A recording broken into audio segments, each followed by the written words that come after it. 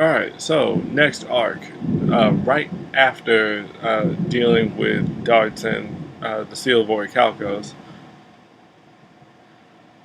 Oh, I was expecting the fanfare again. Dun dun dun. There it is. So we move on to the Grand Championship story arc, which is basically Kaiba is now holding another tournament, the KC1 Grand Prix. And, well, invites have been sent out. And the only way that Yugi and friends can actually get a ride back to the mainland is if Yugi accepts the invite into the tournament. I mean, after all, he is the champion. So, yeah, that's exactly what happens. So, King of Games. yeah, yeah. And he's the Battle City champion / world champion, so, yeah. Yeah. Plus Egyptian God Pharaoh. So, yeah, Joey wants in on it, so, why not? Let's let him get into it. And it's not a bad idea. I mean, not a whole lot really happens in this one, except you get a little bit more background on Kaiba. Oh, and also you get to see somebody called Apnarg Odom, who ends up being revealed to be Grandpa. Grandpa. And he's got like this 7-card combo that's rare and hard to pull off. Yeah, it was a set that he and his good friend Professor Arthur Hawkins were actually putting together themselves. But he actually managed to get all of the pieces to the set. So he decided to show off in this tournament. I don't know. So, yeah. Dick. So Rebecca is also in this tournament. So, several people end up in this tournament. Hell, Rex and Weevil actually jump somebody just to get in on it. I don't like that Rex and Weevil are like a less interesting Bulk and Skull for Yu-Gi-Oh. Really? Yeah. Well, anyway, they face off. Makes sense. They face off against some other long-haired pretty boy with like this, like weird fuchsia-colored hair, with the German accent. Who has a personal vendetta against Kaiba. We don't Oops. learn. Yeah, we don't learn that just yet. But he manages to, all right, fine. No, don't disqualify them. I want to duel them anyway. They came all this way. So, 2-on-1. He plays one card, you see a swirl, a big-ass whirlwind of rose petals, and then Rex and Weevil have been wiped out. We don't get to see what he played. One time kill. Might not even been a one-turn kill, considering we see what it is that he plays later when he duels Joey. Ride of the Valkyries. This guy plays a freaking Nibelung deck. I swear to God. It's based on Wagner's Ring Cycle. Shit you not. This is the coolest thing I've ever seen. Anime only, the whole thing. And he managed to turn Joey's whole deck against him. It's basically what Raphael did with Guardianiatos. Send pretty much every single monster from Joey's deck into the grave and then freaking revive them by banishing them from the grave to power up his own stuff. And each of and Ride of the Valkyrie special summons his Valkyries. And each of them has their own special effects, and this, that, and the other. He does like this whole unnecessary thing and just humiliates Joey. This is actually my least favorite arc because of just how pointless it is. So Kaiba finds out who this guy really is, and then he has him disqualified. But rather than just plain disqualify him, no, he wants to beat him in a duel. The interesting thing about this whole tournament is that Kaiba is not actually competing in this one because he's actually more, he's more focused on opening Kaiba Land, this amusement park that he promised Mokuba that he would build. So, for the first time, Kaiba decides to actually pick up his deck one more time and actually duel Siegfried. Yeah. And, well, Kaiba ends up beating the shit out of him. I mean, it was almost no contest. I mean, Yeah, it you wasn't wonder how we did that. it wasn't a total curb stomp battle, but it's Seto freaking Kaiba. Of course, he was going to win that one. Of course. So, yeah. But that's not the end of Siegfried von Schroeder. He's not done. Turns out, like Seto, he has a little brother too, who we We didn't don't find out is his little brother until like the final duel. Nope. This kid named Leon who's actually coming up, and wanting to be friends with Yugi, manages to make his way to the finals. He actually even beat Rebecca with her stupid fairy tale deck. I mean, with his stupid fairy tale deck, and manages to take on Yugi. Now he plays this freaking card, and this one particular continuous card actually contains a computer virus, which was going to pretty much wipe out Kaiba Corp's computers and actually drop their stock, shut them down. Dun dun dun. Which is funny because that's exactly what Darts did at the beginning. He actually was stealing Kaiba Corp's stock, so he'd get their attention. Well, anyway, Kaiba creates a counter to that virus, manages to stop it. Now, thing is, that card can't be removed from the field. You can't quit the duel. No, it's going to keep the virus working. The only way they'll stop is if you lose. Or well, with the game just concluding.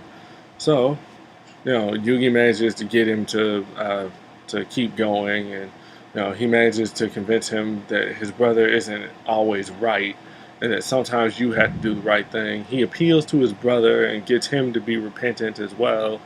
And basically, Yugi wins the goddamn Grand Championship. Now he truly is world champion.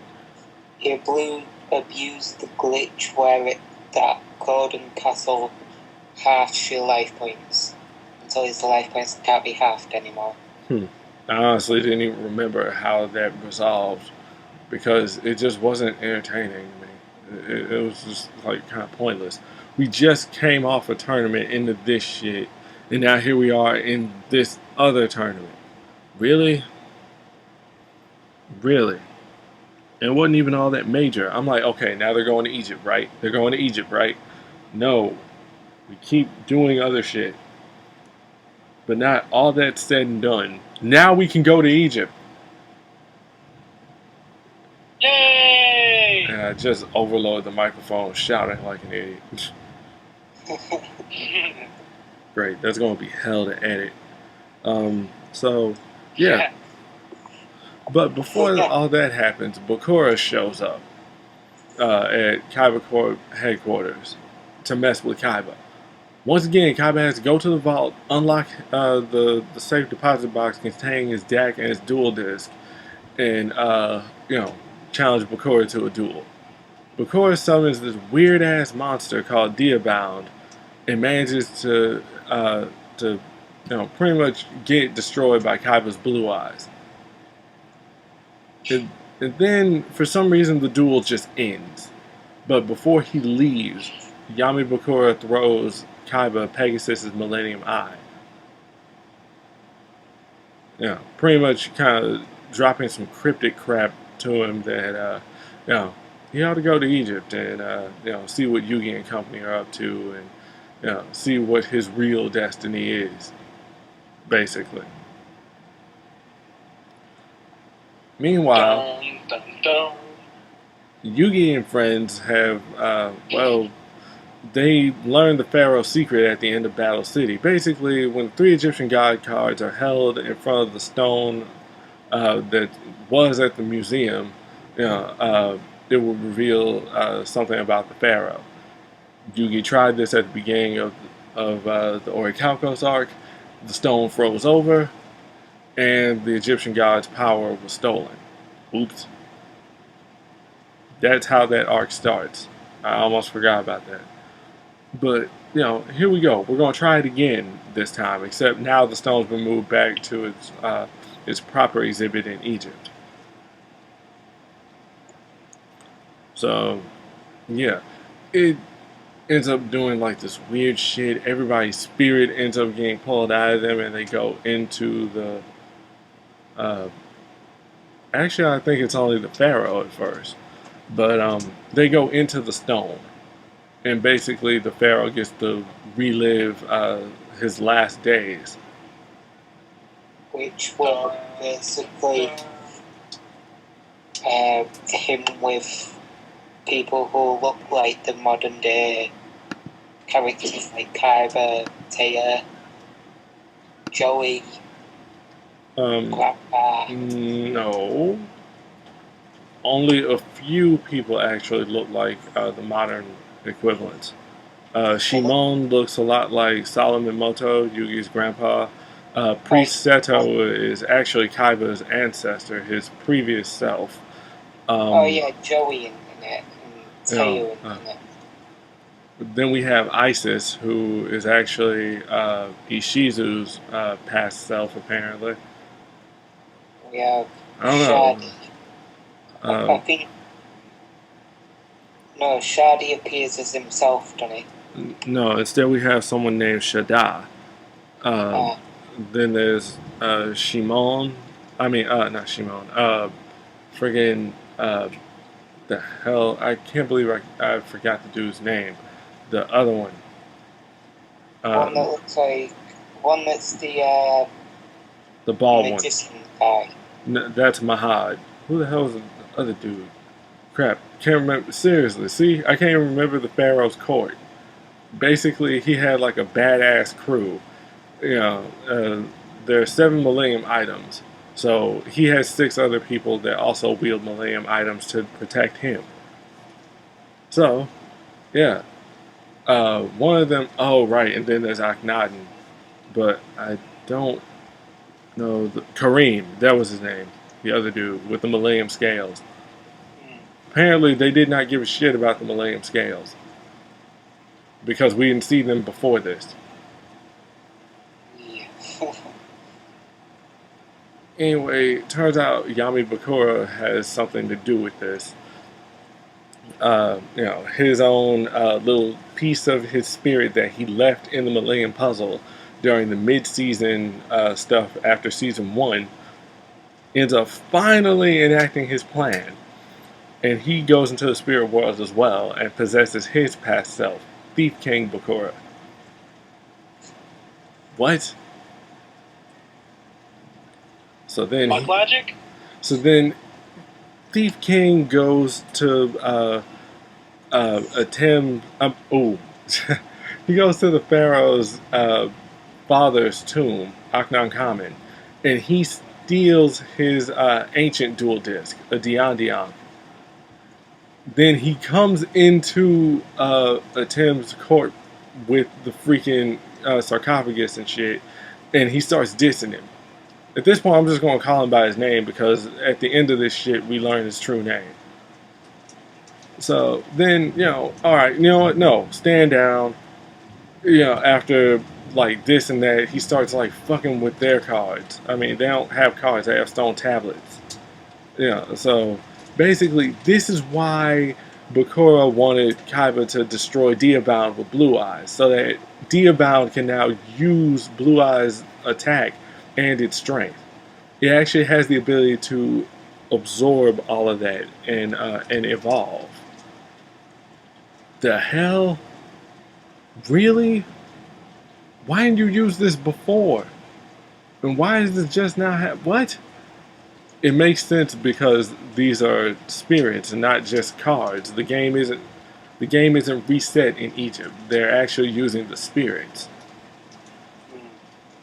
So that's why it works that way. And I'm just going to cut it right here because, we got to wrap this sucker up next part. Bye-bye. Titties. There we go.